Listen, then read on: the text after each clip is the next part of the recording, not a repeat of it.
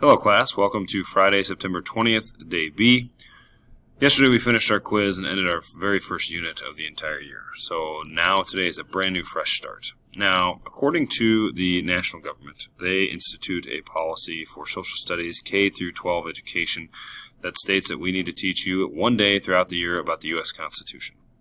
So generally we do that during the week of Constitution Day, which was September 17th. So today, being Friday and a fresh start after a quiz, we are going to learn about our U.S. Constitution. A couple things we're going to learn about today is the First Amendment and what that means, because we're going to apply that later, especially when we reach China later in the year in the Asia unit. So as we look at today's ICAN statement, it is identifying the main points of the First Amendment to the United States Constitution. We're going to do that today by clicking on this Constitution Day hyperdoc, which is right here. So I'm going to click on that, and it's going to open up this page for me. So pretty simple. I've pretty much tried to limit this to there can be no mistakes on this stuff. Now your main key is your Constitution Day link, which is going to be up here at the top of the page. Okay, so Constitution, that'll take you to the Constitution Day website. First of all, there's a little couple-minute video here, Facts of Congress. Okay, so the First Amendment. When you click on that, it'll play a little video for you. 1 minute and 2 seconds long. Okay. Secondly, you will have a quick slides. Okay, so these quick slides, when I click on that, will come up with this. Okay, so this shows our First Amendment. Freedom of speech, example, not to speak. Freedom of religion, no unlawful firing because of religion, for example. Freedom of the press, paparazzi. Paparazzi can follow famous people around and take pictures of them. It's annoying, but it's able to do that. Freedom to assemble. Okay, you can do sit-ins, you can have rallies, you can do parades, whatever. Freedom to petition my government. The ability to contact my representative with my grievances. Express my opinions to my represented officials. Right? So, with that being said, going back to our Constitution Day hyperdoc. So once you understand what the First Amendment are, you type the 5 aspects of the First Amendment in these slots. Alright, so you should have freedom of speech, freedom of religion, yada yada, all the way down the line. Right? Secondly, this is the same link that we were just at, so when you click on this again, it'll take you back to the Constitution Day link. Okay. Now notice at the top, you have a welcome page which says we the people, blah blah blah, Constitution Day events, September 17th. So you can explore this as much as you want. But essentially what we're looking at here in this one is the Founding Fathers. So if we go back to the Constitution Day doc, it says pick one of the Founding Fathers and list 5 things you learned about them. So notice when I pick one of the Founding Fathers, boom, here's the Founding Fathers. Okay, there's one from each state or a couple from each state representatives. So a lot of the ones that we know are like Benjamin Franklin, Alexander Hamilton, Thomas Jefferson, James Madison, trying to think of who else you might know, George Washington. Yeah, so there's quite a few that you would know. Thomas Jefferson, maybe I said that. Anyway, Samuel. There's a lot of people that we've heard of that are famous here. So they're in order, but you can also quick click. So if you want to do like Benjamin Franklin, for example, it's going to list a bunch of stuff about Benjamin Franklin. So what you can do with you and a partner is you can talk about events of his life and 5 things that you've learned that you didn't know about Ben Franklin before. Okay, and then you put those 5 things into these answers. Okay, so as I type, this is going to expand these boxes. Okay, and the directions are here, answers go here. Notice the blue is where you type. Secondly, the second part of this green section, you're using that same link I was just at, right? This one. Now up here on the top, you look at our amendments, the amendments. So you're going to take an amendment other than the First Amendment. So the Bill of Rights constitutionally has our 10 amendments to it, our first 10 amendments anyway. And there's quite a few amendments to the Constitution. But what you're going to do is you're going to pick one amendment and you're going to figure out what it means. And you're going to tell me that amendment, what rights it gives us. So, for example, I'm picking the Second Amendment, one of my favorites. It says, a well-regulated militia being necessary to the security of a free state, the right of the people to keep and bear arms shall not be infringed. Okay, so what does that mean to me? I don't read stuff that is so old, and this is really old, and I don't know what they mean when they say militia and things like that. So what I can do is, it's the Second Amendment, it's talking about a militia. I can go open a new tab and say, what is the meaning of the Second Amendment?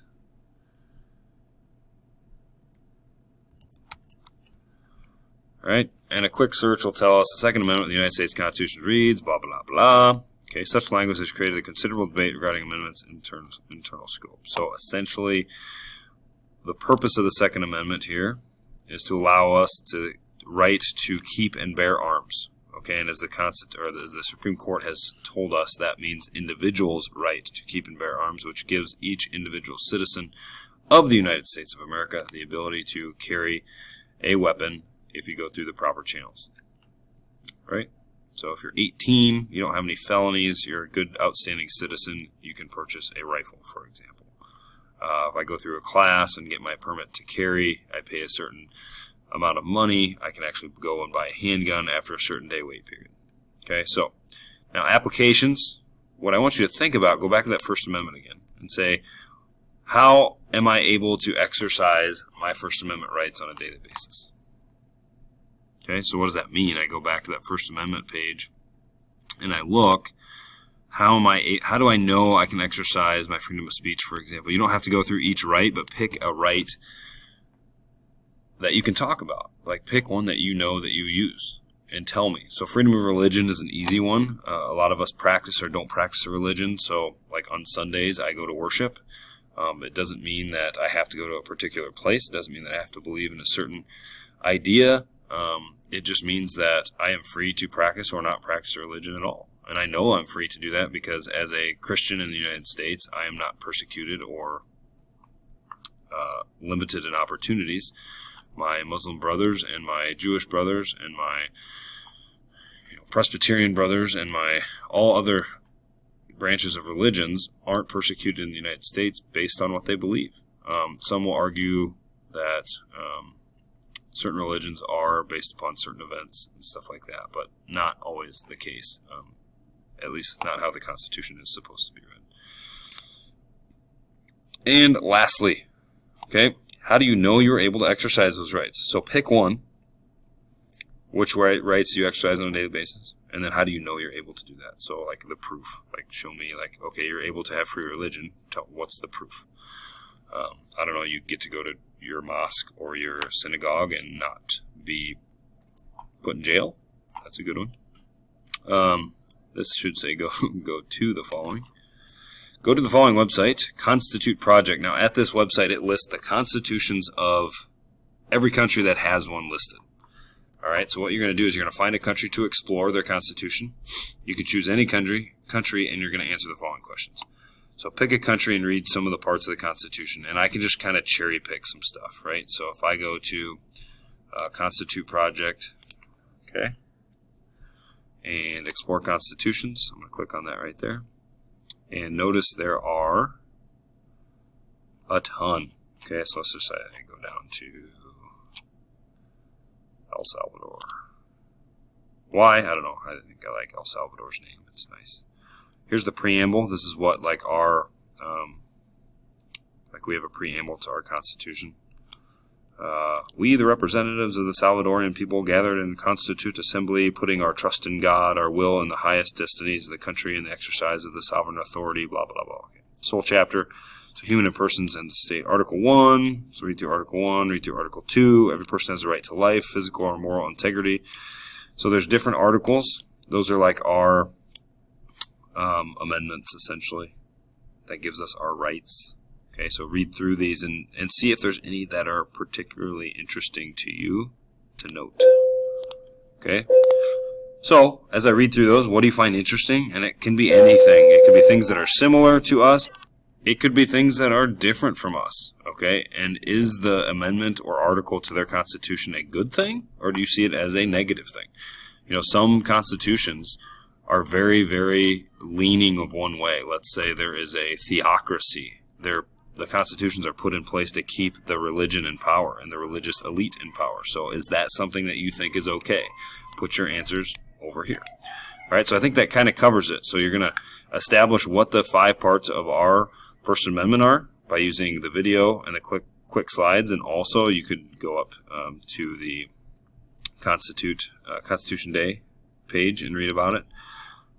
Type out our basic rights. From there, you will go to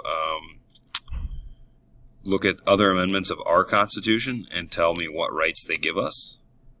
Then application here, you're telling me how do you exercise your First Amendment rights? What parts of that do you exercise on a daily basis? And then lastly, how do you know that you do that? Extra credit, if you don't get to it, you don't get to it. This will be an assignment posted on Canvas, so when you're done, you can turn it in. It will not be due until next Tuesday.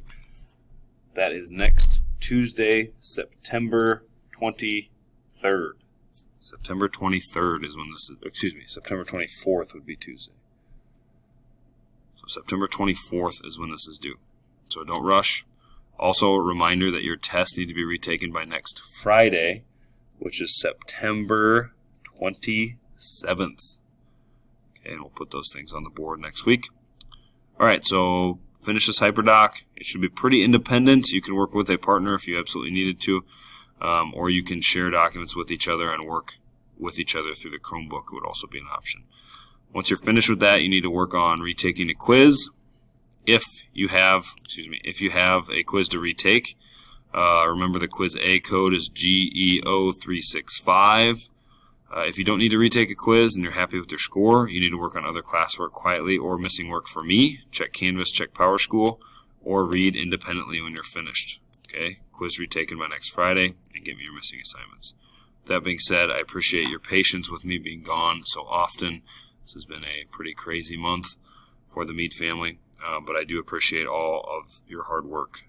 So assuming we have a positive referral from our sub, you'll all be getting some PBIS points, some big bank points for being so patient with me throughout this process. So I appreciate it, and you guys have a wonderful, wonderful day.